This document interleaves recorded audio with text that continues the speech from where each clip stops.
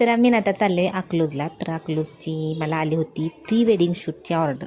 तर त्यांचीच गाडी होती, गाडीत बसून आलो आहे.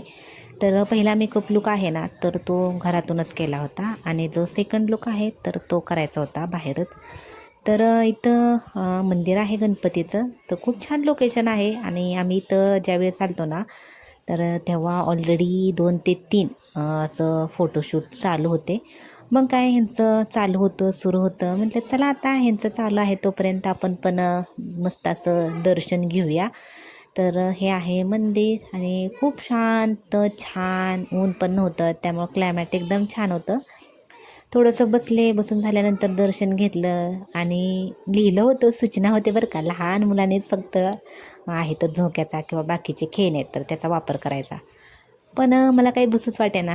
म्हटलं चला थोडंसं खेळूया. झोका खेळून झाला. खेळून झाल्यानंतर मग सेकंड लोकेशनला आलो.